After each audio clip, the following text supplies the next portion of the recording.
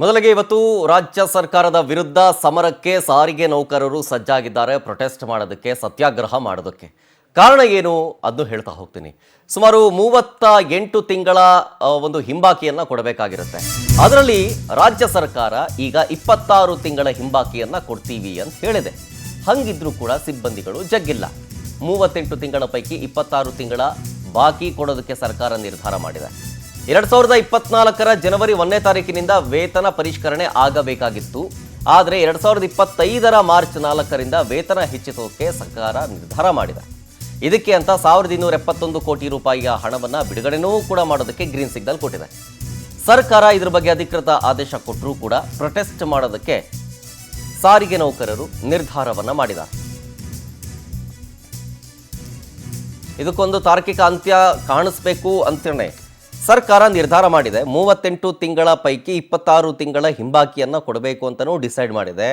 ಅದಕ್ಕೆ ಅಂತ 1271 ಕೋಟಿ ರೂಪಾಯಿ ಬಿಡುಗಡೆ ಮಾಡೋದಕ್ಕೂ ಸರ್ಕಾರ ಗ್ರೀನ್ ಸಿಗ್ನಲ್ ಕೊಟ್ಟಿದೆ. ಆದರೂ ಕೂಡ ಒಪ್ತಾ ಇಲ್ಲ ಇದಕ್ಕೂ. ಈ ಸಂಬಂಧ ಇವತ್ತು ಬೆಂಗಳೂರಿನ ಫ್ರೀಡಂ ಪಾರ್ಕ್ನಲ್ಲಿ ಸಾರಿಗೆ ನೌಕರರು ಪ್ರತಿಭಟನೆ ಮಾಡಲಿಕ್ಕಿದ್ದಾರೆ.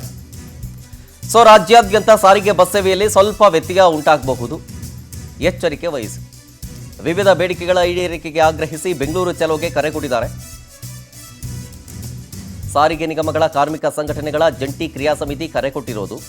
ಕೆಎಸ್ಆರ್ಟಿಸಿ ಸೇರಿದಂತೆ 4 ನಿಗಮದ ಸಾರಿಗೆ ನೌಕರರು ಪ್ರತಿಭಟನೆಯಲ್ಲಿ ಭಾಗಿಯಾಗ್ತಾ ಇದ್ದಾರೆ. ಕೆಲಸವನ್ನ ಬಹಿಷ್ಕರಿಸಿ.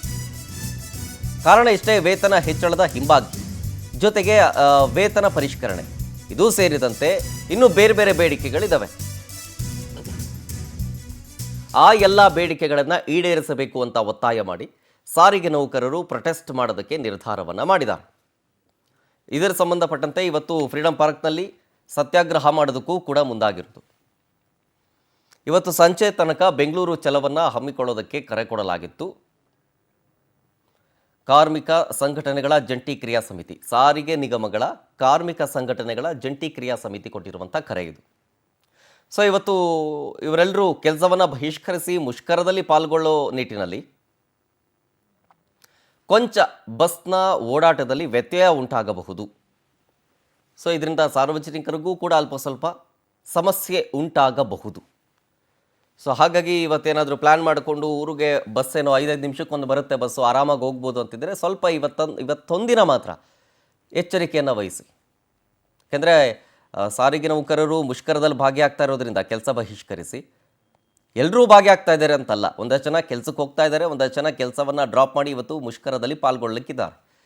ಹಾಗಾಗಿ ಬಸ್ನಲ್ಲಿ ಸ್ವಲ್ಪ ವ್ಯತ್ಯಯ ಉಂಟಾಗುತ್ತೆ. 5 ನಿಮಿಷಕ್ಕೆ ಬರೋ ಬಸ್ಸು 50 ನಿಮಿಷಕ್ಕೊಂದು ಬರಬಹುದು. ಹಾಗಾಗಿ ಈ ಪ್ರೊಟೆಸ್ಟ್ ನಡೆಯುತ್ತಾ ಇಲ್ವಾ ಅನ್ನೋದು ಒಂದು ಕಡೆ ಡೌಟ್ ಇದೆ. ಯಾಕೆಂದರೆ ನೆನ್ನೆ ಅಷ್ಟೇ ಸಾರಿಗೆ ಸಚಿವರು MDಗೆ ಸೂಚನೆ ಕೊಟ್ಟಿದ್ದೀವಿ, ಕರೆದು ಮಾತನಾಡಿ ಬಹಿಷ್ಕರಿಸದಂತೆ ಹೇಳಿ ಮನವರಿಕೆ ಮಾಡಿ, ಈಗ ನಾವೇನು ಆದೇಶ ಕೊಟ್ಟಿದ್ದೀವಿ ಅದ್ರ ಬಗ್ಗೆ, ಅವರ ಬೇಡಿಕೆ ಏನಿತ್ತು ಅದರ ಬಗ್ಗೆ ಎರಡನ್ನೂ ಕೂಡ ಕೂಲಂಕುಷವಾಗಿ ಪರಿಶೀಲಿಸಿ ಮುಷ್ಕರವನ್ನು ಕೈ ಬಿಡೋದಕ್ಕೆ ಹೇಳಿ ಅಂತ ಹೇಳಿ MD ಅವರಿಗೆ ಸೂಚನೆ ಕೊಟ್ಟಿದ್ದೀನಿ ಅಂತ ರಾಮಲಿಂಗಾರೆಡ್ಡಿ ಅವರು ಕೂಡ ನೆನ್ನೆ ಹೇಳಿದರು.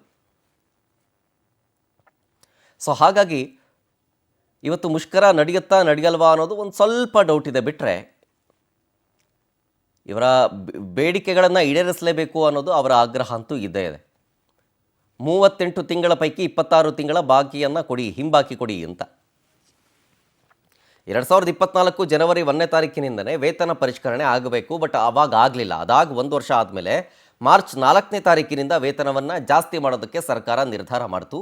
ಅದರ ಹಿಂಬಾಕಿ ಅವಾಗಿನಿಂದ ಇಲ್ಲಿಯ ತನಕ ಆ ಹಿಂಬಾಕಿ ಹಣದ ಮೊತ್ತ ಸುಮಾರು 1271 ಕೋಟಿ.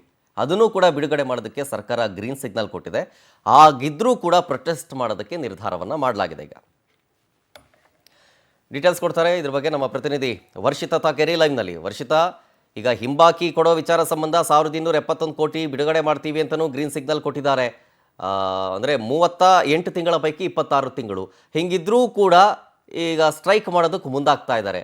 ಜೊತೆಗೆ ನಿನ್ನೆ ಸಾರಿಗೆ ಇಲಾಖೆ ಸಚಿವರು ಕೂಡ MD ಹತ್ರ ಮಾತನಾಡಿ ಇದ್ರ ಬಗ್ಗೆ ಸರಿದೂಗಿಸೋದಕ್ಕೆ ಹೇಳಿದ್ದೀನಿ ಅಂತಂದರು. ಮುಷ್ಕರ ನಡೆಯುತ್ತಾ? ಪರಿಸ್ಥಿತಿ ಹೆಂಗಿದೆ ಅಲ್ಲಿ? ಎಸ್ ಶರತ್, ಪ್ರತಿ ಬಾರಿ ಕೂಡ ಸಾರಿಗೆ ನೌಕರರ ಹೋರಾಟ ನಡೀತಲೇ ಇದೆ. ಆದರೆ ನಡೆಯುವಂತಹ ಸಂದರ್ಭದಲ್ಲಿ ಎಲ್ಲೋ ಒಂದು ಕಡೆ ಸರ್ಕಾರ ತೇಪೆ ಹಾಕುವಂತಹ ಕೆಲಸವನ್ನ ಪ್ರತಿ ಬಾರಿ ಕೂಡ ಮಾಡ್ಕೊಂಡು ಬರ್ತಾ ಇರುವಂಥದ್ದು.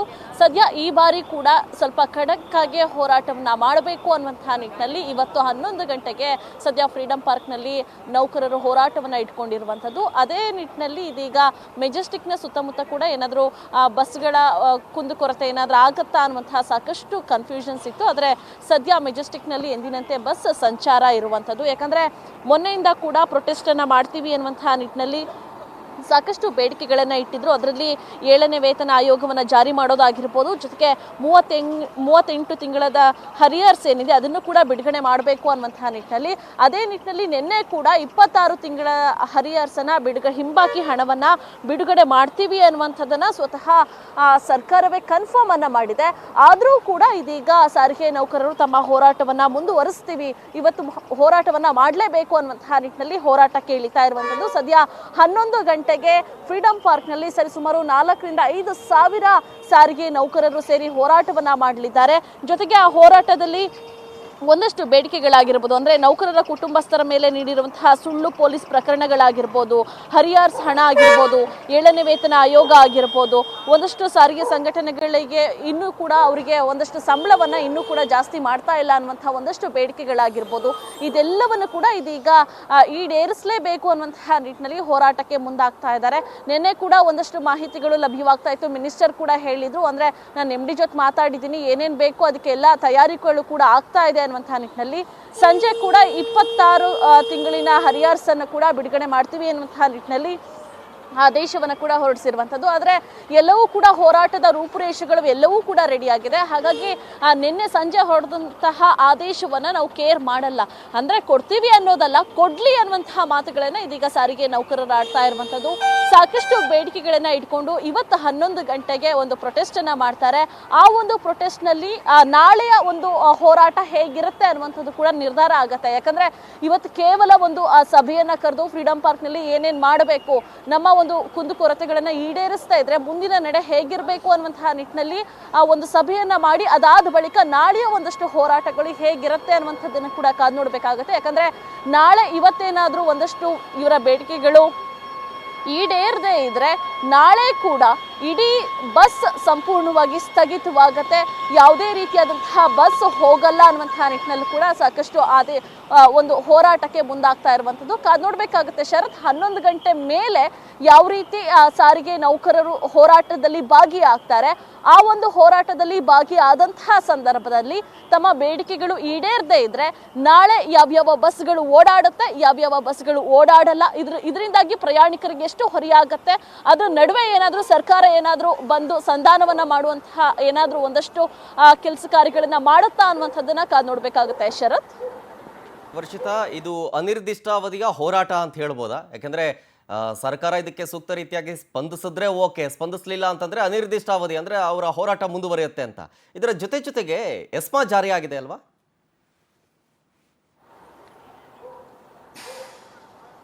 ಎಸ್ ಶರತ್, ಪ್ರತಿ ಬಾರಿ ಕೂಡ ಸಾರಿಗೆ ನೌಕರರು ಹೋರಾಟವನ್ನ ಮಾಡ್ತಾರೆ ಅನ್ನುವಂತಹ ನಿಟ್ಟಿನಲ್ಲಿ ಮಾಡ್ತಾರೆ. ಜೊತೆಗೆ ಒಂದಷ್ಟು ಪ್ರಯಾಣಿಕರಿಗೆ ತೊಂದರೆ ಆಗುತ್ತೆ ಅನ್ನುವಂತಹ ನಿಟ್ಟಿನಲ್ಲಿ ಪ್ರತಿ ಬಾರಿ ಕೂಡ ಹೋರಾಟವನ್ನ ಮಾಡುವಂತಹ ಸಂದರ್ಭದಲ್ಲಿ ಎಸ್ಮಾವನ್ನ ಜಾರಿ ಮಾಡ್ತಾರೆ. ಎಲ್ಲೋ ಒಂದ್ ಕಡೆ ಇದನ್ನ ಸಾರಿಗೆ ನೌಕರರನ್ನ ಹತ್ತಿಕ್ಕುವಂತಹ ಕೆಲಸವನ್ನ ಸರ್ಕಾರ ಇದೀಗ ಮಾಡ್ತಾ ಇರುವಂತದ್ದು. ಮತ್ತೊಂದು ಕಡೆಯಾಗಿ ಇದೀಗ ಎಸ್ಮಾ ಜಾರಿ ಆಗತ್ತೆ ಅನ್ನುವಂತಹ ಒಂದಷ್ಟು ಕನ್ಫರ್ಮ್ ಇನ್ನೂ ಕೂಡ ಬಂದಿಲ್ಲ. ಯಾಕಂದ್ರೆ 11 ಗಂಟೆ ಮೇಲೆ ಏನಾದ್ರೂ ಒಂದಷ್ಟು ಬಸ್ಗಳು ಏನಾದ್ರೂ ವ್ಯತ್ಯಯ ಆಗತ್ತಾ, ಅಥವಾ ಸಾರಿಗೆ ಈಗ ವೀಕ್ ಆಫ್ ಇದ್ದಂಥವ್ರು, ರಜಾ ಇದ್ದಂಥವರು, ರಿಟೈರ್ಡ್ ಆದಂಥವರು ಒಂದಷ್ಟು ಜನ ಸಾರಿಗೆ ನೌಕರರು ಕೂಡ ಭಾಗಿಯಾಗ್ತಾರೆ ಈ ಒಂದು ಹೋರಾಟದಲ್ಲಿ. ಅದಾದ ಬಳಿಕ ಯಾವ ರೀತಿ ಒಂದು ಜನ ಸೇರ್ತಾರೆ, ಎಲ್ಲಾದ್ರೂ ತೊಂದರೆ ಆದ್ರೆ ಎಸ್ಮಾ ಕೂಡ ಜಾರಿ ಮಾಡುವಂತಹ ಸಾಧ್ಯತೆಗಳು ಕೂಡ ಎಲ್ಲವೂ ಕೂಡ ಇದೆ. ಮತ್ತೊಂದು ಕಡೆಯಾಗಿ ನಮ್ಗೆ ಗೊತ್ತೇ ಇದೆ, ಸಾರಿಗೆ ನೌಕರರ ಹೋರಾಟದಲ್ಲಿ ಅನಂತ ಸುಬ್ರಾವ್ ಅವರು ಸಾಕಷ್ಟು ಹೋರಾಟವನ್ನ ಮಾಡ್ಕೊಂಡು ಬಂದಿದ್ರು. ಈ ಹಿಂದೆ ಕೂಡ ಜನವರಿ ತಿಂಗಳಲ್ಲೂ ಕೂಡ ಹೋರಾಟವನ್ನ ಮಾಡ್ಲಿಕ್ಕಿದ್ರು.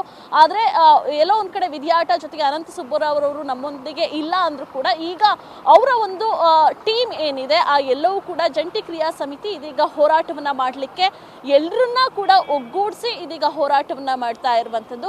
ಇವತ್ತು ನಡೆಯುವಂತಹ ಮೀಟಿಂಗ್ ನಲ್ಲಿ ಬಹು ಮುಖ್ಯವಾಗಿ ಸಾಕಷ್ಟು ನೌಕರರು ಭಾಗಿ ಭಾಗಿಯಾಗ್ತಾರೆ. ಆ ನೌಕರರು ಭಾಗಿಯಾದಂತಹ ಸಂದರ್ಭದಲ್ಲಿ ಅವರ ಒಂದಷ್ಟು ಬೇಡಿಕೆಗಳು ಏನಿದೆ, ನಾಳೆ ಏನಾದರೂ ಹೋರಾಟ ಮಾಡಬೇಕಾ ಅಥವಾ ಅನಿರ್ದಿಷ್ಟಾವಧಿ ಹೋರಾಟವನ್ನ ಸರ್ಕಾರನ ಮಾತು ಕೇಳದೇ ಇದ್ರೆ ಯಾವ ರೀತಿ ಅನಿರ್ದಿಷ್ಟಾವಧಿ ಹೋರಾಟಕ್ಕೆ ನಾವು ಕೂಡ ತಯಾರಾಗಬೇಕು ಅನ್ನುವಂತಹ ಒಂದಷ್ಟು ನಿರ್ಧಾರಗಳನ್ನ ಇವತ್ತು ಸಂಜೆ 4 ಗಂಟೆಗೆ ನಿರ್ಧಾರವಾಗುತ್ತೆ.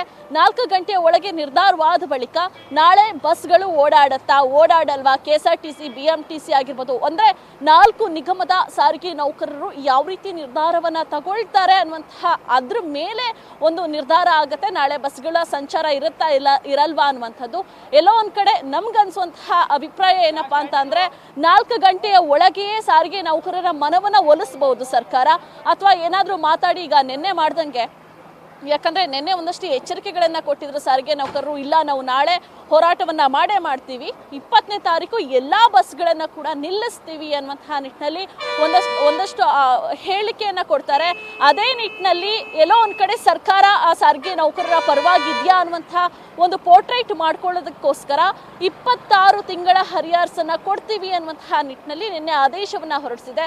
ಆ ಆದೇಶಕ್ಕೂ ಕೂಡ ಇದೀಗ ಸಾರಿಗೆ ನೌಕರರು ಬಗ್ತಾ ಇಲ್ಲ. ಯಾಕಂದ್ರೆ ಪ್ರತಿ ಬಾರಿ ಕೂಡ ಇದೇ ರೀತಿ ಆದೇಶವನ್ನ ಕೊಡ್ತೀರಾ, ಆದ್ರೆ ಯಾವುದೂ ಕೂಡ ಕಾರ್ಯರೂಪಕ್ಕೆ ಬರಲ್ಲ.